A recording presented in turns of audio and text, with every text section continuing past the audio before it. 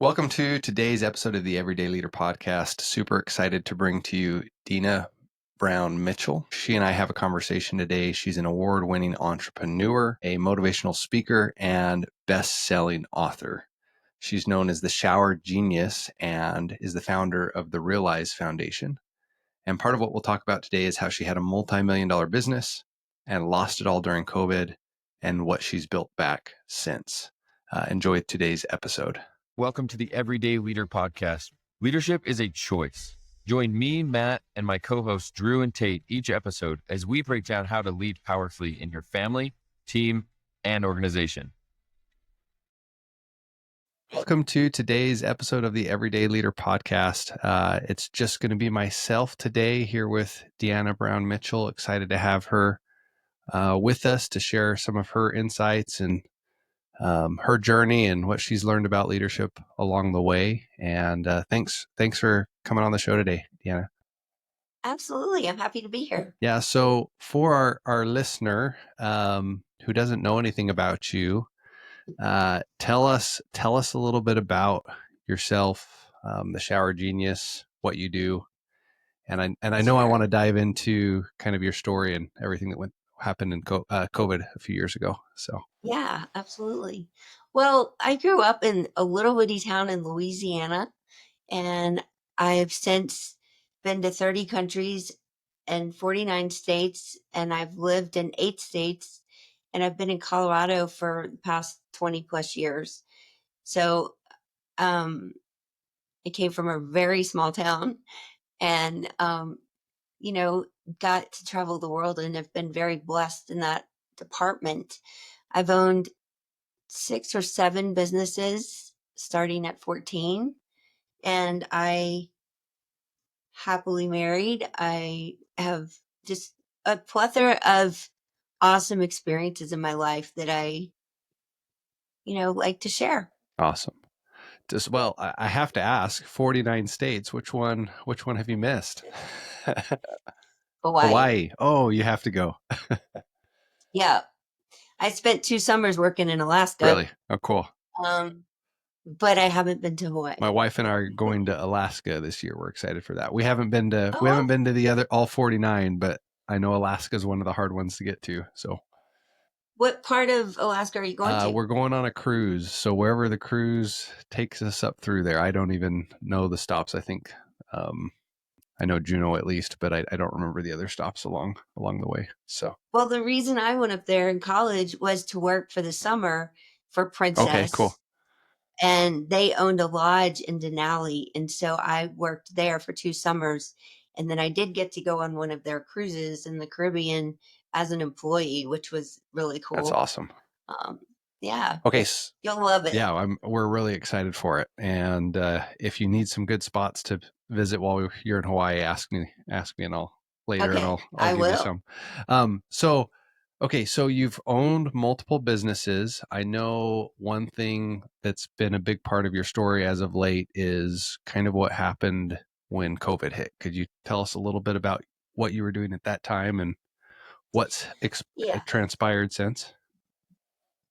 Yeah. So in 2010, my husband and I had both worked in hotels a lot, and we moved from Vail to Telluride, and they're both mountain towns in Colorado. So we made that move in 2010, and so I didn't have a job. And I started an event company, or a DMC, which stands for Destination Management Company. And what we did was anything the hotel did not do for groups, like corporate groups that were traveling for incentives or whatever, team building, whatever they were doing. And so in 2010, I started that. And by 2020, we were a multi-7-figure business. I had 5 employees and 30 contractors. We worked all over the state of Colorado. We were doing very well. And the weekend that everything shut down, we were expecting 6 European groups with a pharmaceutical company to arrive like within 48 hours. and it was a big medical convention in Denver, and we were handling all their transportation. We had bought out restaurants, all the things we normally do for people. Um, and I woke up the morning of the 13th. I had just gotten home late the night before from a board meeting in Boston with probably about 40 countries, like at that board meeting for our global sales network. And I got home and I woke up to, hey, everything's closed. And I was like, excuse me? Yeah. Like, what? um, I knew about COVID. We were very cognizant of it at our board meeting, and we weren't shaking hands and all of that stuff. But like, I didn't expect them to say, everything's shut down. And so it was a few months of trying to figure out what to do. First of all, the legal stuff with that group that had paid us in full, and the restaurants who didn't know if they could give us our deposits back. And I mean, it was just a lot of stuff going on.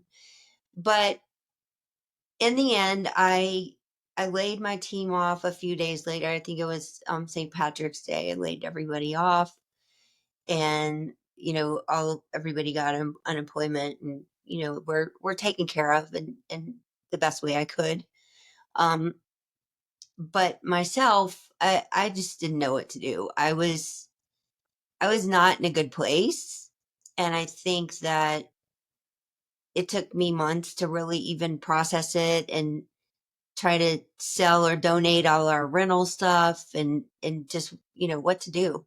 And so we closed the doors, probably in the fall that year, and I didn't know what I was going to do. I thought that was the rest. I thought that business was my life. I thought I was going to sell it at some point and retire. And we were winning awards. I was on 3 boards in the industry. Like, I was just super involved. It was my life, and it was all gone. Yeah. And so from then, I've done a lot of things since then, but I'll let you ask me questions if you want. Yeah. Um, so yeah, I guess what came next after that? What came? All right, we had the business that sounds like maybe the dream business, and everything was going, just how maybe you'd planned it or wanted it to go, and everything else comes crashing down. How'd you get through that? And then what happened next? Yeah, there's another piece of the puzzle I need to explain, because um about a year before COVID, I lost a friend and colleague to suicide. And that was particularly hard for me because I had survived an attempt 23 years earlier, and I had never talked about it. And I knew that this person was going through a hard time, and I'd been trying to have lunch with him, and I never got the chance. And so that was weighing really heavy on me even before the COVID thing. And so we had been talking about in my company about creating a team building, like creating a nonprofit that would promote team building for corporate groups that would make more awareness around mental health. And so we were kind of working on that. So when COVID happened, it immediately forced me to process my own stuff, because when I was so busy, I didn't have time to think about it. And I just kind of went, do what you got to do, move on. But when COVID happened, it left me alone with my thoughts and how to process all this stuff for myself that I hadn't dealt with in a long time.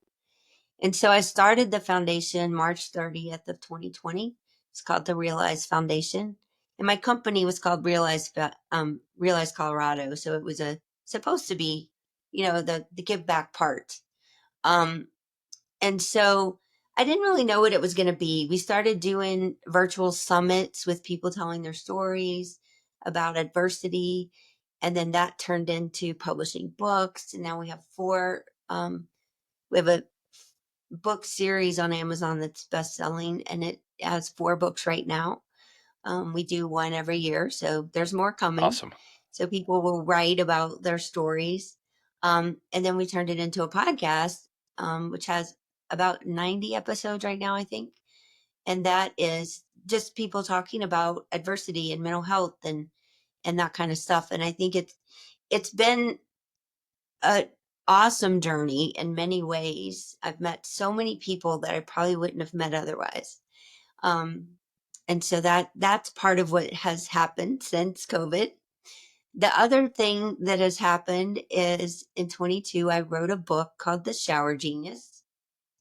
And the reason for that book is because my entire life, my parents owned businesses, and my entire life, I always felt like I had to be better. I had to prove myself. I had to get everybody's permission for everything. Like I just always was in that cycle. And a couple years before COVID, I had surgery and I was in bed for 2 months. And so it gave me a lot of time to think. And I was just really regretting all the times I had said no to my friends and family because I was too busy, you know? And so I really focused on that. And when I got better, I started changing things. I started changing on what my priorities were at my business. I started delegating more. And I've always been a trainer in all my jobs in my life. So I was really good at training people, but I wasn't good at delegating. Hmm. And I was like, I have these awesome people who work for me that have, you know, great integrity in what they do, and they want to learn and they want more responsibility. So I just need to give it to them so I can focus on my strengths and I can build the business, but I can also have some sort of a personal freedom in my life because I thought working 18 hours a day for 30 years was normal, It's which not? it shouldn't be. It shouldn't be. Shouldn't be. It is normal for a lot of Yeah. people, but it should not be. So that's why I wrote The Shower Genius. It's basically a 12-step framework that gets people from overwhelm, stress, exhaustion to a, a place of personal freedom and more success. And it's really hard to explain how that happens. But what I can say is when I started that project for myself, I was really scared that my business was going to fall apart or I was going to lose money or, it was going to be negative. And the next year we did double the revenue. So I proved to myself Yeah. that it was the right thing. Yeah. And so you got out of your business more and at the same time the business grew. Yeah. Ma- Like before that, I thought I had to be at every event till the end. I had to, make sure everything was the way it's supposed to be. And I had competent, intelligent people who worked for me who could do all of that without me being Yeah. there. And I just needed to let go. Yeah. And so I focused more on the sales side and the trade shows and travel and all of that. And everything just blew up. That's amazing.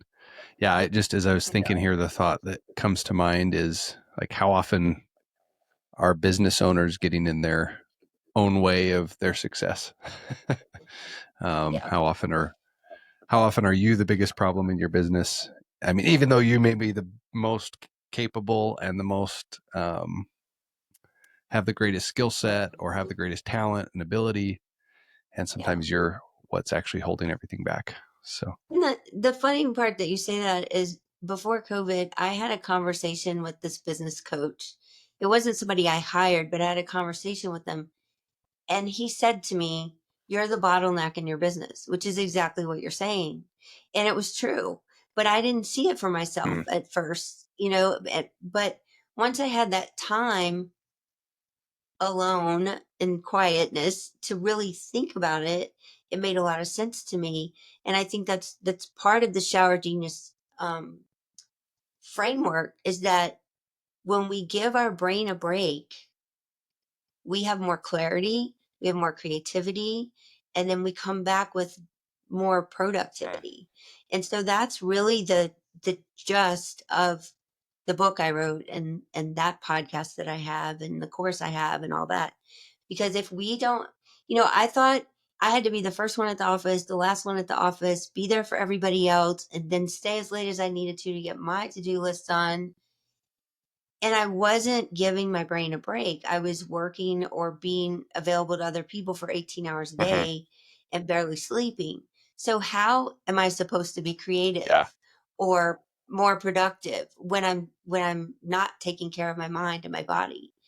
So it just, I don't know. It was just this aha moment I had during COVID when I would take a shower and I wasn't in a hurry and I'd have these creative ideas. I'd get to my desk and I couldn't remember. And so I put a whiteboard in my bathroom, and that's how it all That's amazing. started. Okay, so I want to loop back to that in a second, but before we do, a couple questions. So we kind of feel like that the word leadership and leader is thrown around. It's become I don't know, become a word that's maybe even overused a little bit in society. So we'd love to know like what leadership means to our guests, and then we often feel like you've got to with a leadership it starts with yourself before you can go and lead others, and I'm kind of hearing that a little bit as you're talking through Mhm. this. But I guess what does leadership mean to you, and then from there, like how important is it to, I mean, lead yourself first, I guess. Yeah, absolutely. I think it's very important to lead yourself in a way that is clothed in integrity and authenticity. I think that a leader is never good if the people around them are good. If you're not surrounding yourself with people who have the strengths that you lack and have the same heart or mission that you do, whatever business it is, if you surround yourself with people like that that have the skills that you need and also have um I don't know, I always hated being called the boss. I liked the fact that we had a team, Hmm. and all of us were equally as important for the business to run successfully.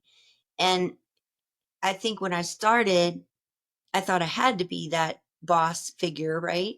But the more that I delegated and trained and made it a team effort, the more we grew and the better it was for everybody, if that answers your No, it question. does. And I think part of maybe what I'm um, hearing you say a little bit is that that part of leadership is being able to attract and put the right people around you. Mhm. Yeah. Absolutely. And also letting them do what you ask them to Hmm. do without micromanaging them. I think there's a place and a time for reviews or conversations when things don't go right, but you also have to trust them. And I just did a podcast with somebody that is in London, and he wrote a book called The Trust Paradigm. And we talked about on the latest Shower Genius podcast, we were talking about trust and how important it is in leadership and how it is something that is totally gone by the wayside in our society, and why it's so important that we instill that in our own teams and business. Yeah. No, a good leader should trust. That's great. So we also like to talk about how leadership or leader isn't necessarily come with a title, like that leadership and titles are separate from one another. And I loved how you were talking about like everyone on the team has a part. And yeah, I guess how do you see leadership in individual roles versus the leader of a group? Like what's your take on that? Well, I mean, like in my business, like I said, I had 5 people, and I think that all of us were leaders in a different way. Like they're depending on their responsibilities, they're leading that facet of the business. And they might report to somebody else, but they're responsible for whatever that was. Like we did a ton of transportation and stuff for groups that were arriving, and sometimes it was super complicated. Well, we had one person on our team who really was the lead person for transportation. And then we had, a lead person who was doing proposals for clients. So there's, we all work together, and sometimes we would all have to get together and brainstorm about something a client wanted that we had never done before, and how do we make this event happen the way they need it to happen. But once we had a plan, everybody had a lead position in some part of it. And so I think it's if it was just me telling everybody what to do all the time, we wouldn't have been as successful. I think it was the camaraderie and the collaboration that that allowed us to achieve the success we achieved. Did and you kind of talked that you used to feel like you took everything on. Like how were you able to do that? How were you able to make that shift and like let go? Like what helped you realize, hey, for me to be a better leader, I have to let my people do their job. I can't be involved in everything that they do. So Right. I think that's something a lot of business owners struggle with. I know I It have. is. It is. And I think it's hard. It's not easy. And I think, prior to that business, I worked in hotels for 15 years doing events. So I always had a boss that I had to report to. So when you're in a situation where you have to report to somebody, you feel all the pressure. So you feel like, well, I have to make sure that it's happening because my boss is going to be mad at me if I don't, if something falls through the cracks. But I think the more you work together, the more trust you build, and then the more confidence you have in each of your team members and what their responsibilities are. And I think I learned that in the hotel world, but I learned it as a harder lesson as a business owner. And I think that you you have to be diligent about hiring for what you need them to do specifically. What skills and stuff do they have that add to what their job will be, and how can you train them on an ongoing basis to be better and to know more about that. And then you have to let them do it. And it's just like parents with kids. Like, you're going to teach your kids things, and there's going to be times they fall, and you have to pick them up and help them. It's the same thing with employees. And I think the more we're feeling like a family and a team, the more we help each other out, and the more we can step in and say, "Oh, I see that you need help with this." And then they're thankful that you're there to help them, and you're thankful that they're there being responsible and doing what needs to be done. Yeah, it's awesome. Well, tell us a little bit about, and I know we don't have time to go into all of this, and this might be a reason for people to go buy your book, but tell us a little bit about the Shower Genius and that framework and how someone can kind of create that in their life through that. Sure. Well, we have a free quiz. It's theshowergenius.com. You can find it there. But the quiz really helps you evaluate where you are with your sanity, we call it, because are you taking care of yourself, or are you putting everyone else first? So it's really about that. How do we go from saying, like, I would have an employee come in and say, I'm going to leave early today and go to the spa. And my thought was, oh, that must be nice, because I never did Yeah. that. Because I never felt like I should put myself first. And I think if we can't put ourselves first, we can't take care of everyone else. So it's a framework. It's 12 steps. I'll tell you that, if a couple of them, the first one is, if we're not fed up with our situation, we're never going to change it. So you have to be in a place where you just refuse to do whatever you're doing anymore. It has to change. And my favorite concept in the book is called becoming MIA. And it means missing intentionally alone.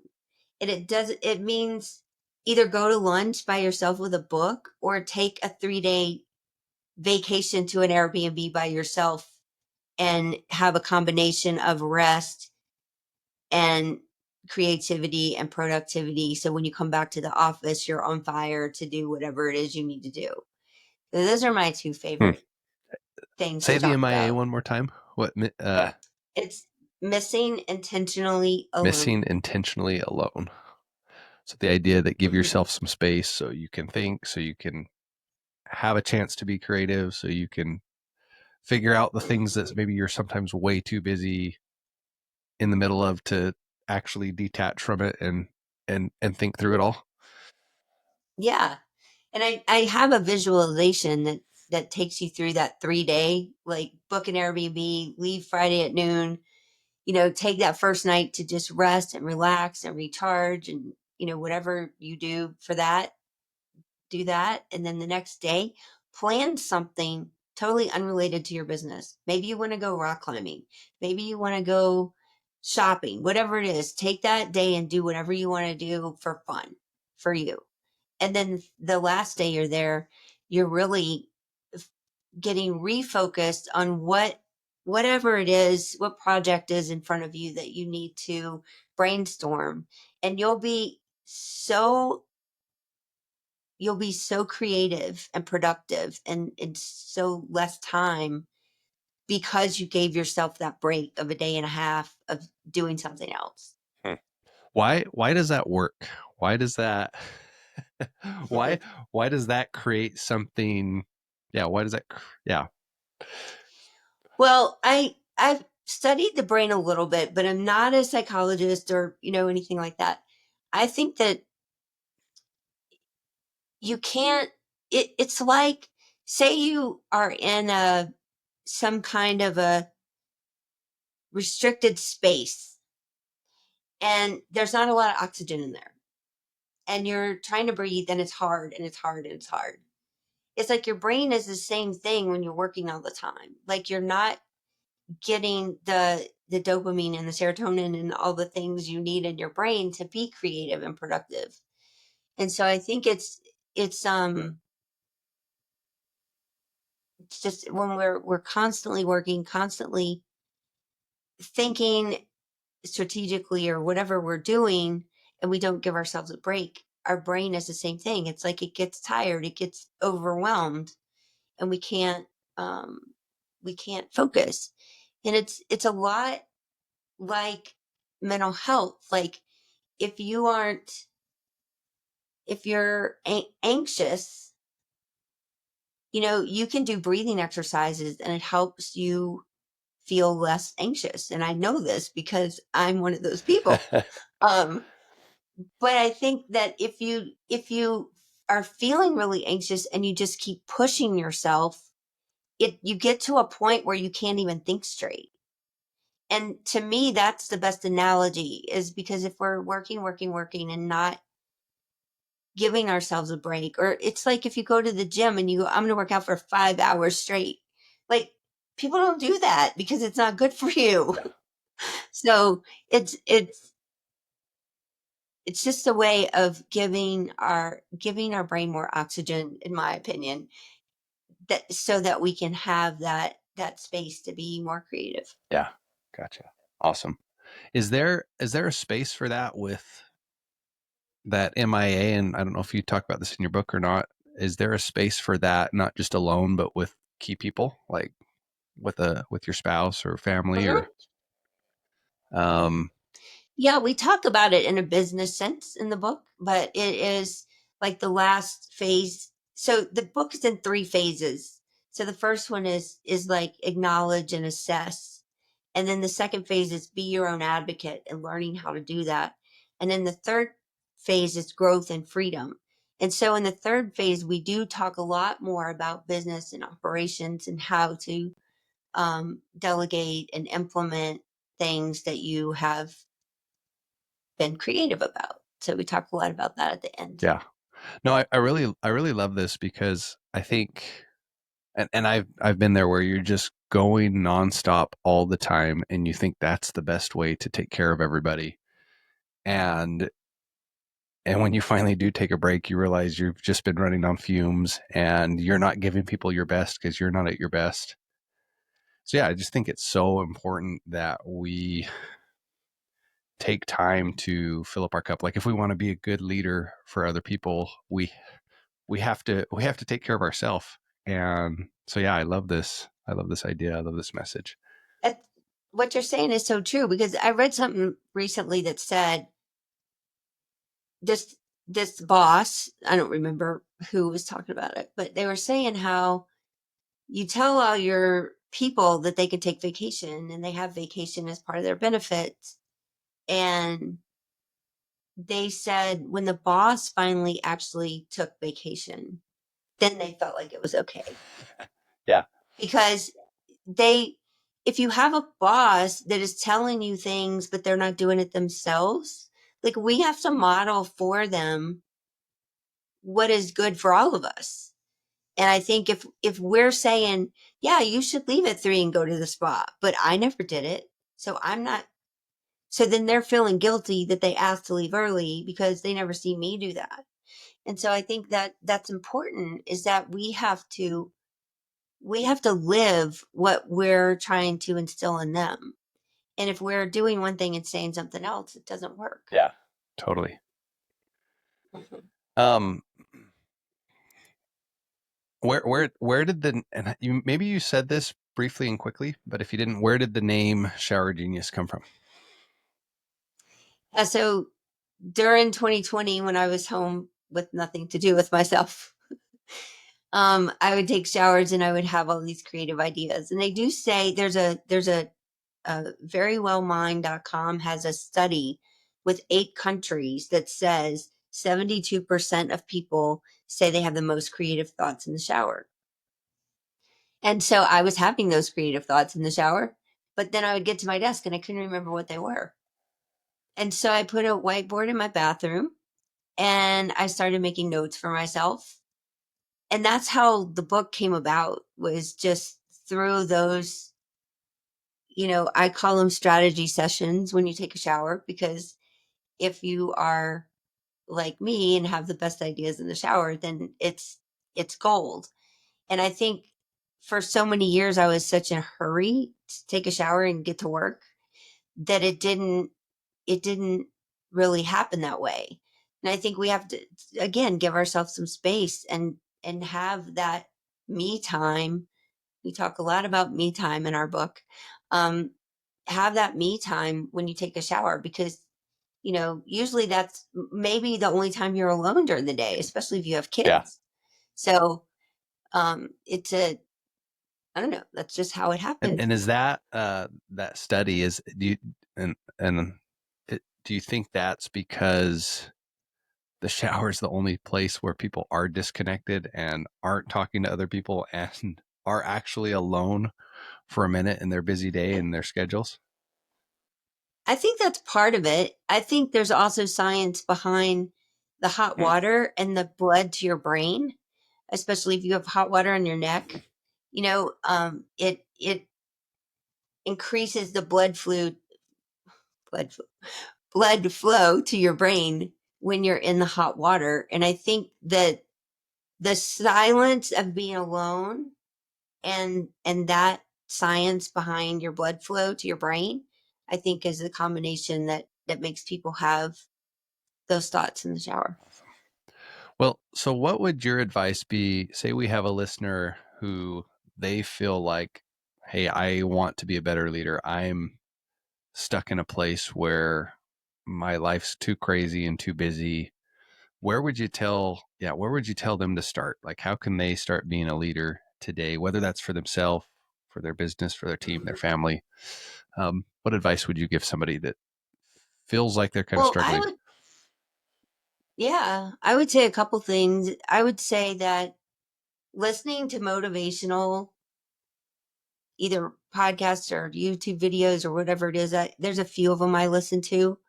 Um, and I subscribe to them. So they just pop up on my phone and I listen to them. But I think listening to people that are motivational is a really good thing.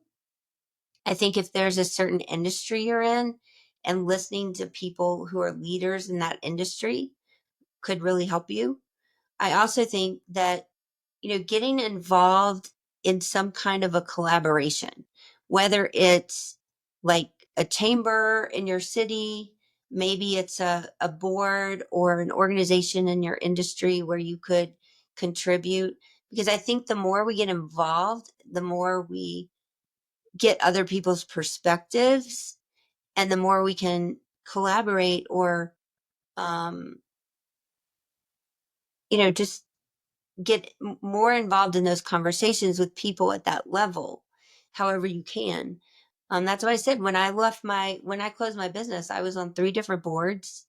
I had a ton of business owners I hired in my business, so that was kind of my network and who I would talk to. And some of them would call me and say, "Hey, Dina, what do you think about this?" Or, so it's having a network of people like that, or people that you listen to, that will help you understand concepts or maybe figure some things out for yourself that you wouldn't have figured out otherwise.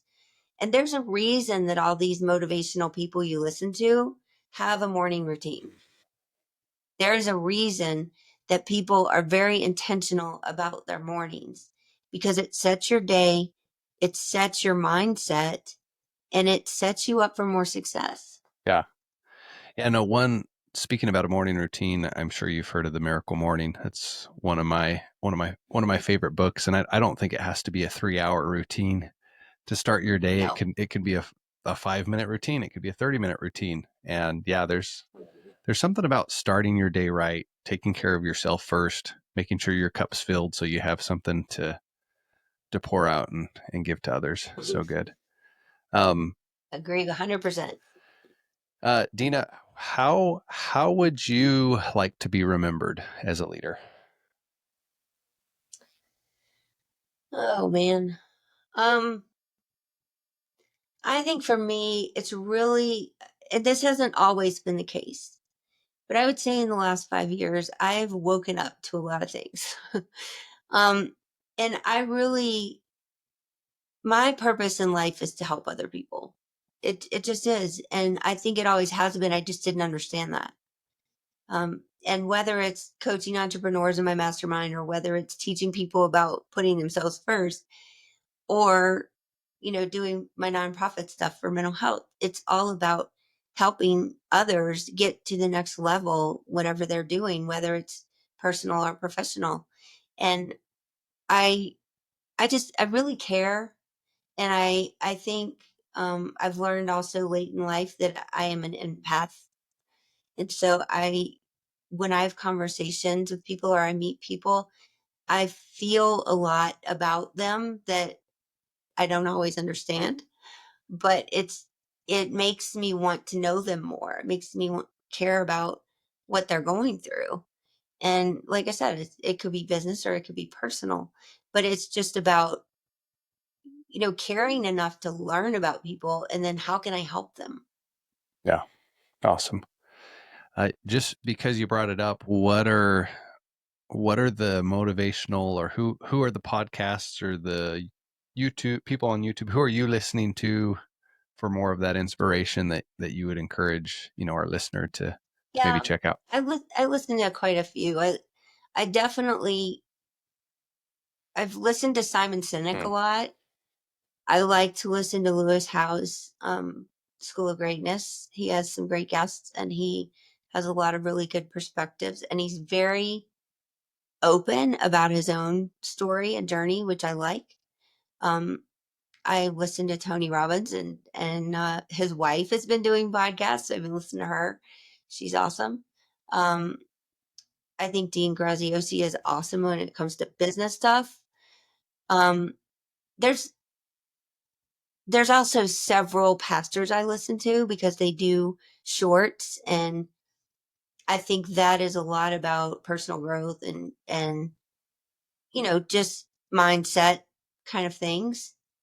Um, I don't know, that would probably be the top ones, but I listen to different things just because it pops up in my feed, or my husband sends it to me, Yeah. or things like that. So yeah. Awesome. Well, for our listener, what's the best way for them to follow you? What's where on social media? I know you've mentioned your website earlier. Yeah. I'm on Facebook, I'm on Instagram, and I'm on LinkedIn, um, all under my name. And if you go to deanabrownmitchell.com, at the bottom of the page, it has all my social links. We'll make sure if you're listening that in the show notes, you'll be able to get to Deana's website, the Shower Genius podcast, the quiz, so that you can dive into all that Deana has to offer. I'm excited to go through your book and learn some things. I love that concept of MIA. I love that idea of. I'm gonna forget it if I say it again. One more time, Deana? What's MIA? Missing intentionally alone. Missing intentionally alone. Yeah. Just think there's just so much power in just taking the time to take care of yourself. And sometimes that's the best way you can be a leader for others is by starting with yourself. It's true. It's true. Well, anything else you'd like to, any last thoughts for our listener on leadership before we go? I think it's just about finding your true self, your purpose or your why or whatever you want to call that. And I think it took me losing my business to find that for myself, unfortunately. Mhm. Um, and I think if we can figure out what that is, what is it that makes you want to get out of bed at 5 a.m. and go work? Mhm. What is that thing? And I do also have a short course called the Genius Equation that helps you figure that out. So I did it because of my own journey, because I'm like, we need to be able to understand this. And one last thing I'll say is there's a book called The Big Leap by Gay Hendricks, and it is all about your zone of excellence versus your zone of genius. And I always say that in my former business, I was in my zone of excellence. I was good at it. People thought I was good at it, all of that. But my zone of excellence is what makes me want to get out of bed at 5 a.m. and work, because it's what drives you. And if you can find that for yourself, it changes everything. Awesome. Well, thanks, Deana, for joining us today and for all the insights and the wisdom. And hopefully there's a lesson or two someone could pick up from you that they don't have to go through losing their business to learn. And yeah, grateful for you coming on and sharing that with us. And to our listener, today's the day. Thanks for joining us on the Everyday Leader podcast.